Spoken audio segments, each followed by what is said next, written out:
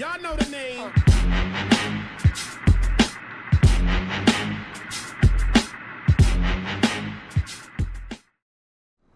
What's going on, guys? My name is Macedo and welcome back to Grand Theft Auto Online and another DLC day. And today we have this, the Turismo Classic, the Grotti Turismo Classic. As you can see, very heavily based on the Ferrari F40, which is good because I love that car and I'm not the only one. A lot of people love that car and it looks amazing. It looks fantastic. There are a few things that do annoy me a little bit, like the spoiler doesn't blend completely into the rear bodywork like the normal F40 does, but I imagine they did that purely so that people can have different spoiler options. Also annoys me no triple center exit exhaust, because they did serve a purpose. I think it wasn't all, you know, exhaust gases. Some of it was, I think each pipe had a separate job of exhausting heat and energy and whatever, and fumes away from certain parts of the car. So I would have liked to have seen, if not that, then an option for a center exit exhaust with a bit of, you know, bumper body work, because there is no bumper options.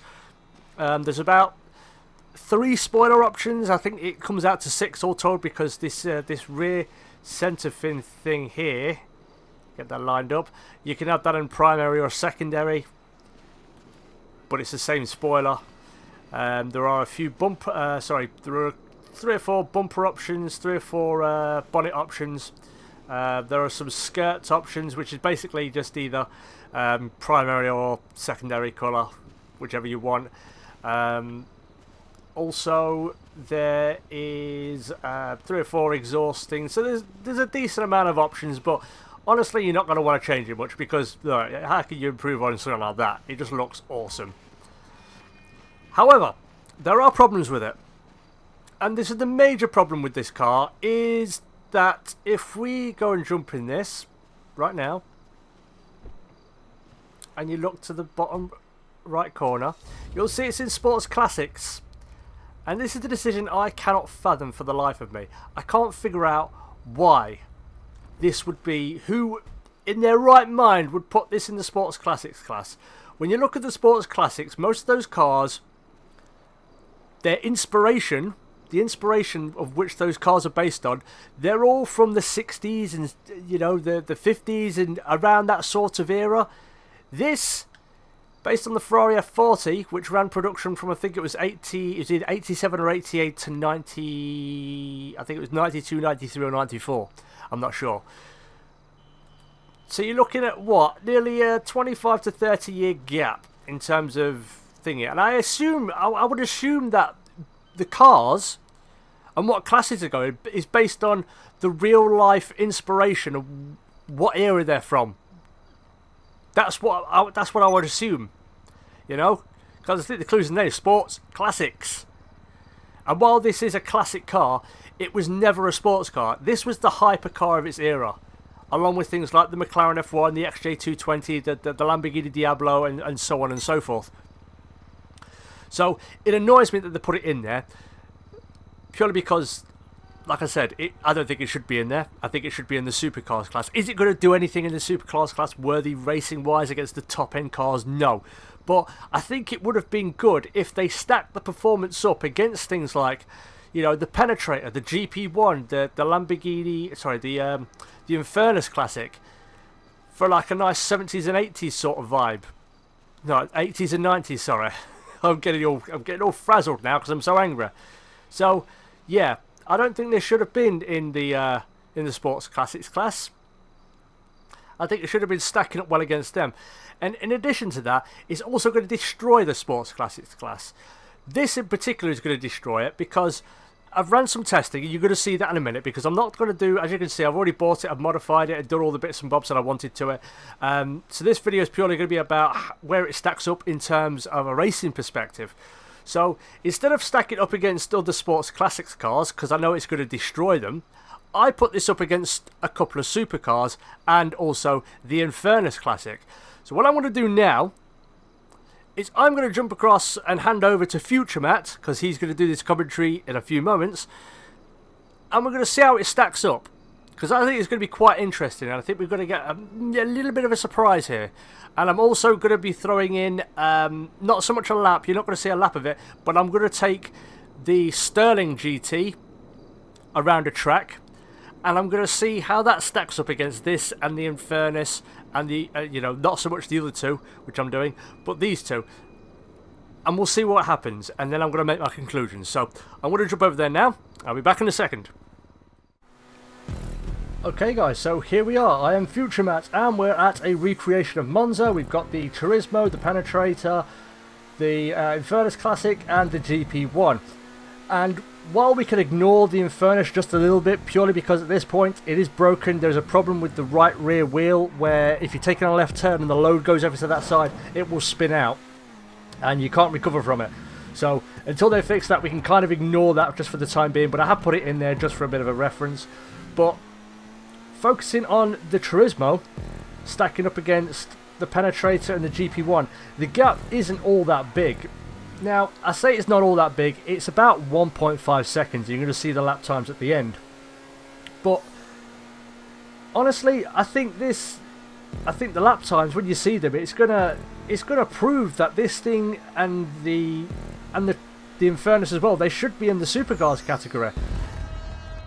So the gap was 1.5 seconds. The Turismo came up with a 57.4, and the Penetrator came up with a 55.9, and the GP1 was in the middle of them. But when you look at the Sterling GT, which I took around the track afterwards and put some laps in, it comes up with a 1:01.4.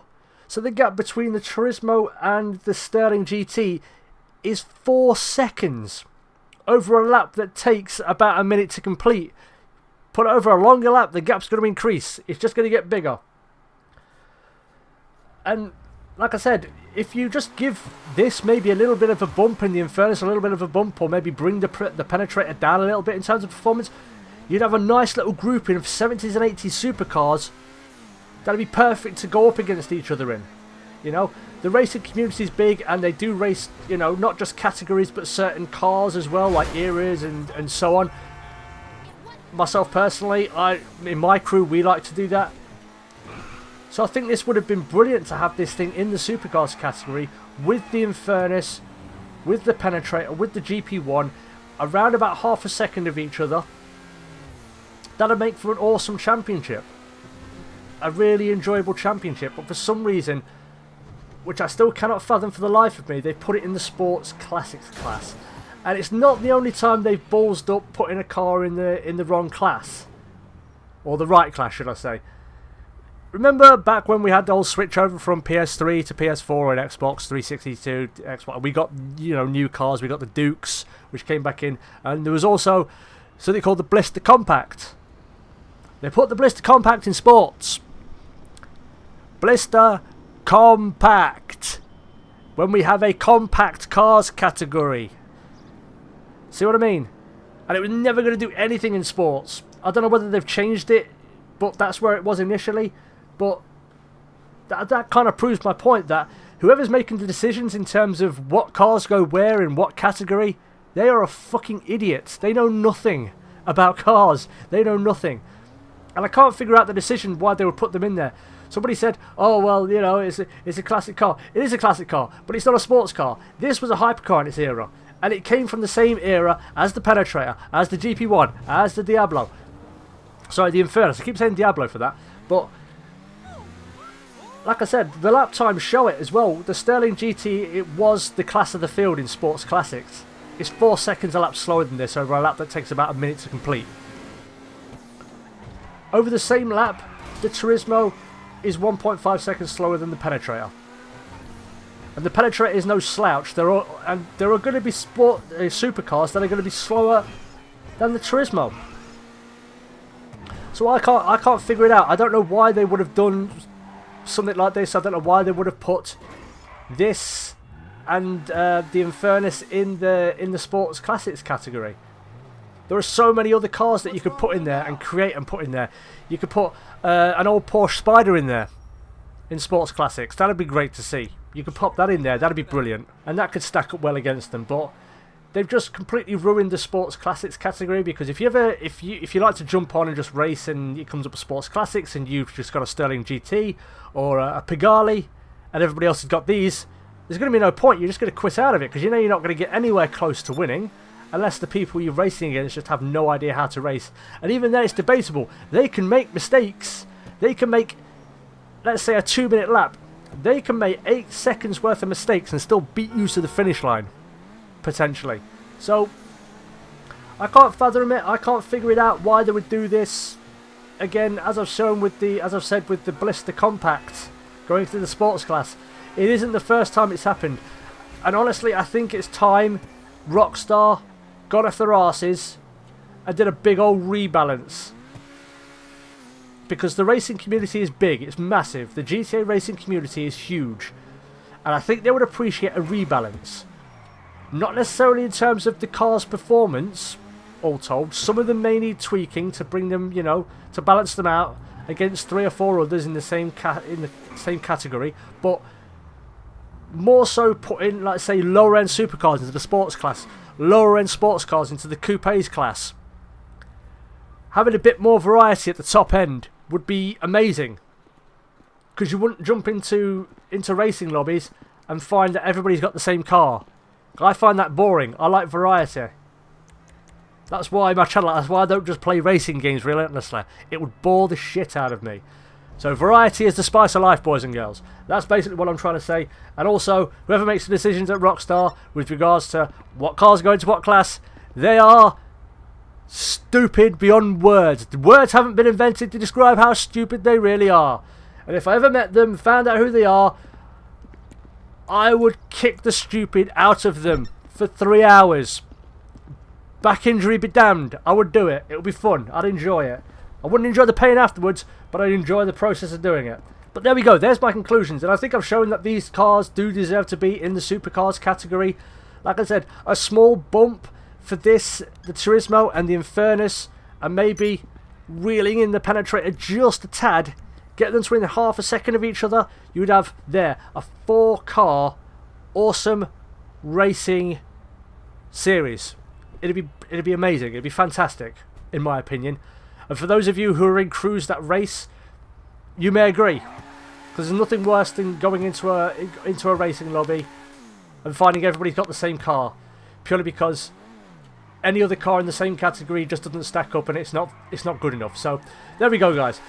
That's the end of today's video. Sorry I went on a little bit of a rant, but I've been annoyed about this since they announced it, that it was going to the Sports Classic, so I had to say something about it.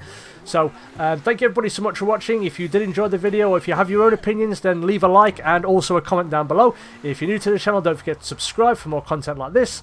But in the meantime, everybody stay cool, and as always, I will catch you on the flip side. Peace!